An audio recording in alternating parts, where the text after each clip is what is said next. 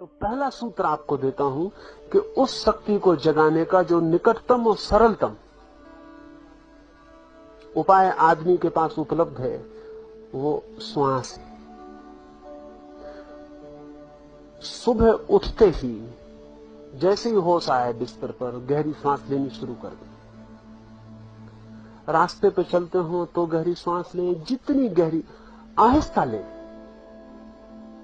परेशान नहीं हो जाना है। गहरी लेनी, शांति से लेनी, आनंद से लेनी, पर लेनी गहरी। और पूरे वक्त ख्याल रखना है कि जितनी ज्यादा प्राणवायु भीतर जा सके, आपके खून में, आपकी श्वास में, आपके हृदय में जितनी प्राणवायु जा सके और जितनी कार्बन डाइऑक्साइड बाहर फेंकी जा सके, उतना ही जो ध्यान हम करने जा रहे हैं उसमें सरलता हो जाएगी। जितनी ज्यादा प्राणवायु भीतर होती है उतनी ही शारीरिक अशुद्धि कम हो जाती है। और बड़े मजे की बात है कि शारीरिक अशुद्धि का आधार अगर छूट जाए तो मन को अशुद्ध होने में कठिनाई पड़नी शुरू हो जाती है। जितनी ताजी हवा भीतर होगी उतने आपके मन के दूषित विचार को पनपने की संभावना कम हो जाएगी। और जैसे मैंने कहा, ये पूर्णमिदं ऐसे सूत्रों के भीतर खिलने की, इनके फूल बनने की संभावना ज्यादा हो जाए। तो पहला हाइपर ऑक्सीजनेशन, प्राण वायु आधिक्य, इस पर ख्याल रखें 7 दिन पूरे। इसमें 2-3 बातें होंगी, उनसे घबराएं ना। अगर गहरी सांस लेंगे तो नींद कम हो जाएगी, उससे जरा भी चिंता ना लेंगे। नींद कम हो जाती है जब भी नींद गहरी हो जाती है। तो जितनी गहरी सांस लेंगे, श्वास की गहराई के साथ नींद की गहराई बढ़ती है।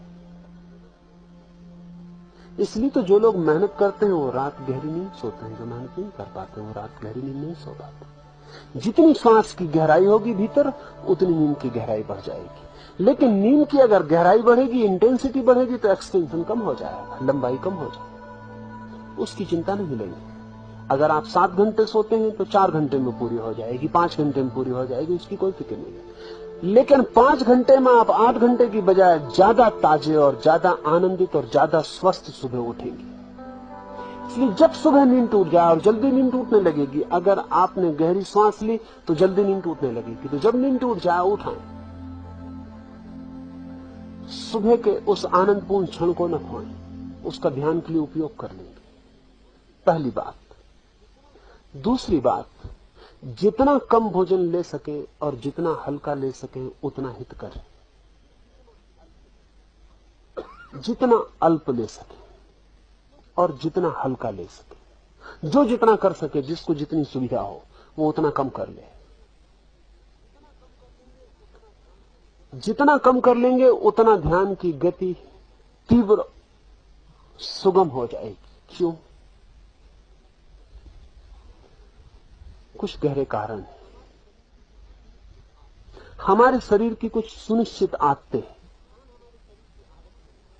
ध्यान हमारे शरीर की आदत नहीं है, ध्यान हमारे लिए नया काम है। शरीर के बंधे हुए एसोसिएशन है। शरीर की बंधी हुई आदतों को अगर कहीं से तोड़ दिया जाए तो शरीर और मन नई आदत को पकड़ने में आसानी पाते। कई दफे तो आप हैरान होंगे कि अगर आप चिंतित होते हैं और सिर खुजलाने लगते हैं, अगर आपका हाथ नीचे बांध दिया जाए और आप सिर न खुजला पाए तो आप चिंतित ना हो सकेंगे। आप कहेंगे कि सिर खुजलाने से चिंता का क्या एसोसिएशन है? शरीर की निश्चित आदत हो गई है, वो अपनी पूरी की पूरी अपनी आदत को, अपनी व्यवस्था को पकड़ के पूरा कर लेता है। शरीर की जो सबसे गहरी आदत है वो भोजन है, सबसे गहरी, क्योंकि उसके बिना तो जीवन नहीं हो सकता। जो डीप मोस्ट, डीपेस्ट, ध्यान रहे, सेक्स से भी ज्यादा गहरी।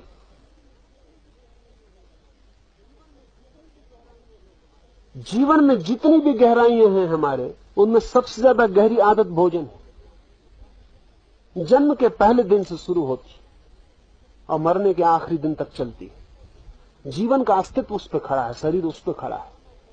इसलिए अगर आपको अपने मन और शरीर की आदतें बदलनी है तो उसकी गहरी आदत को एकदम शिथिल कर दें। उसके शिथिल होते से शरीर का जो कल तक का इंतजाम था वो सब अस्त व्यस्त हो जाएगा और उसकी अस्त व्यस्त हालत में आप नई दिशा में प्रवेश करने में आसानी पाएंगे, अन्यथा आप आसानी नहीं पाएंगे। तो जितना कम बन सके, किसी को उपवास करना हो उपवास कर सकता है, किसी को एक बार भोजन लेना हो एक बार ले सकता है, आपकी मर्जी पर है। नियम बनाने की जरूरत नहीं है। अपनी मर्जी से चुपचाप जितना कम से कम न्यूनतम मिनिमम का ख्याल रखें। तो दूसरी बात स्वल्प आहार। तीसरी बात एकाग्रता। 24 घंटे में आप गहरी श्वास लेंगे ही, साथ ही श्वास पर ध्यान भी रखें तो एकाग्रता सहज फलित हो जाएगी। रास्ते पे चल रहे हैं, श्वास ले रहे हैं, श्वास बाहर से भीतर गई तो देखते रहें, बी अटेंटिव, देखते रहें कि श्वास भीतर गई, फिर श्वास बाहर जा रही तो बाहर गई, फिर भीतर गई, फिर बाहर गई। ध्यान रखेंगे तो गहरा भी ले पाएंगे, नहीं तो जैसी भूलेंगे वैसी श्वास धीमी हो जाएगी। और गहरा लेते रहेंगे तो ध्यान भी रख पाएंगे, क्योंकि गहरा लेने के लिए ध्यान रखना ही पड़ेगा। तो ध्यान को श्वास के साथ जोड़ लें।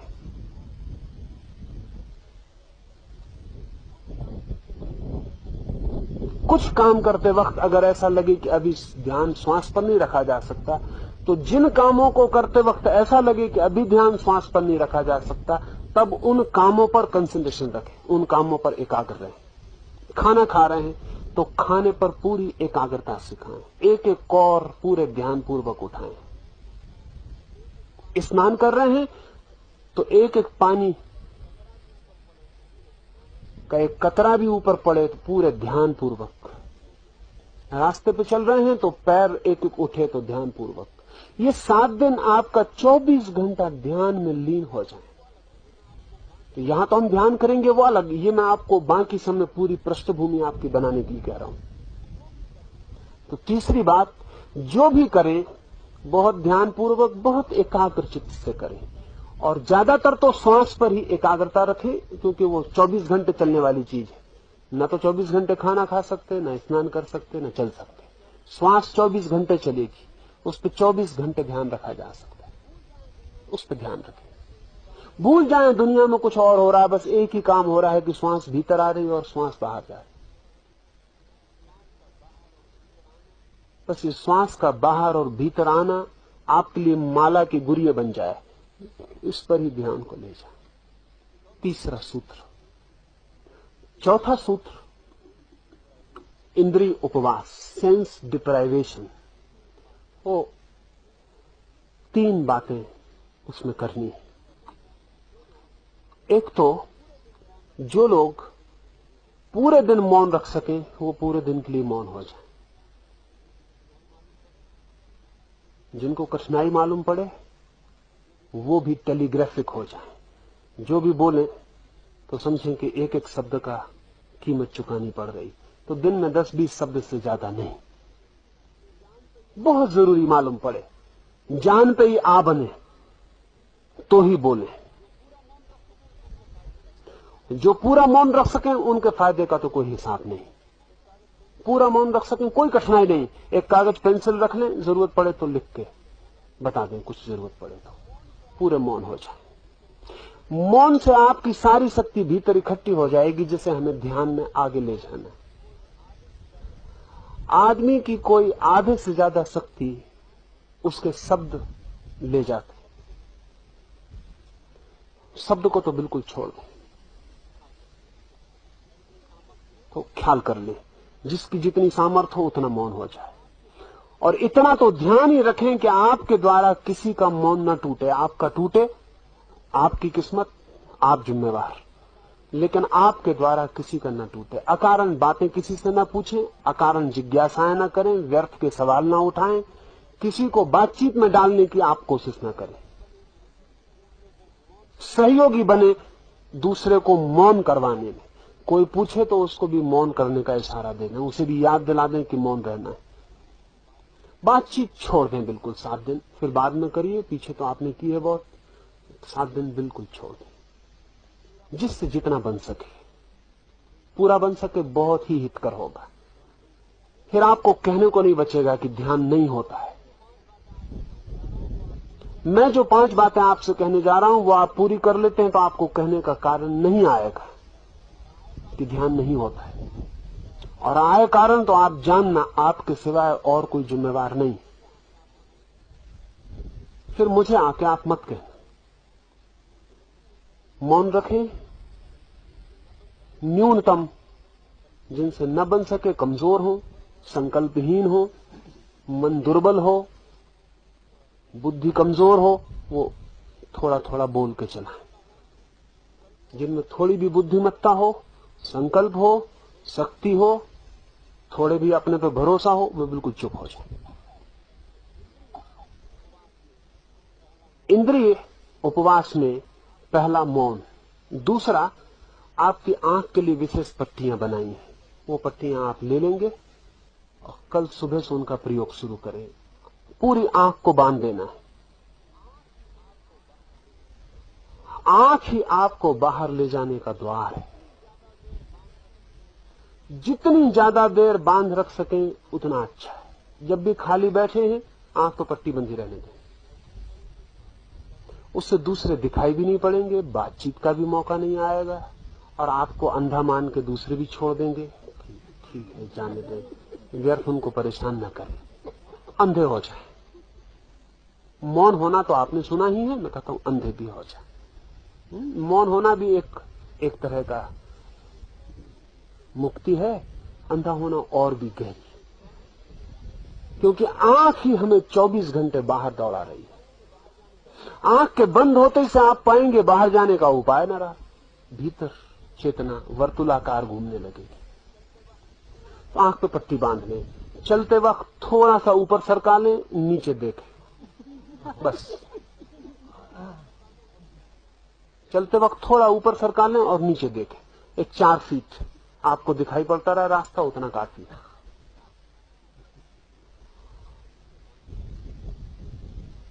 उसे बांध के ही पूरा वक्त गुजारें। जो रात उसको बांध के ही सो सके वो बांध के ही सोए। जिनको अड़चन मालूम हो वो निकाल दें। बांध के सोएंगे, नींद की गहराई में फर्क पड़ेगा।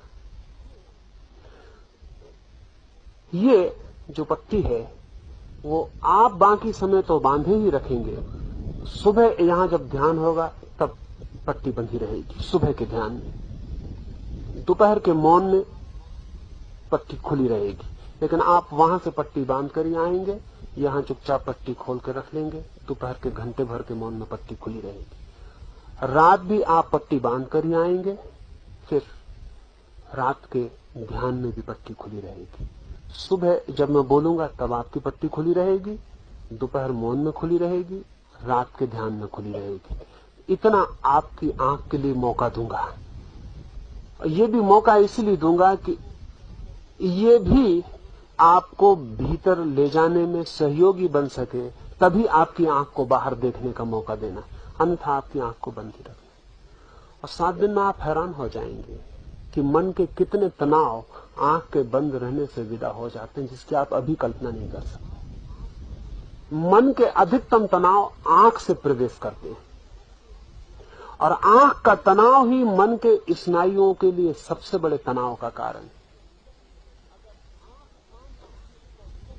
अगर आंख शांत और शिथिल और रिलैक्स हो जाए तो मस्तिष्क के 99% रोग विदा हो जाते। तो इसका आप पूरे ध्यान पूर्वक इसका उपयोग करना है, और ऐसा नहीं कि उसमें बचाव करें तो मेरा कोई हर्जा नहीं, बचाव से आपका हर्जा होगा। ध्यान यही रखना है कि अधिकतम आपको बिल्कुल ब्लाइंड हो जाना है, आप बिल्कुल अंधे हो गए, आंख है ही नहीं। 7 दिन के लिए उसे छुट्टी दे दी।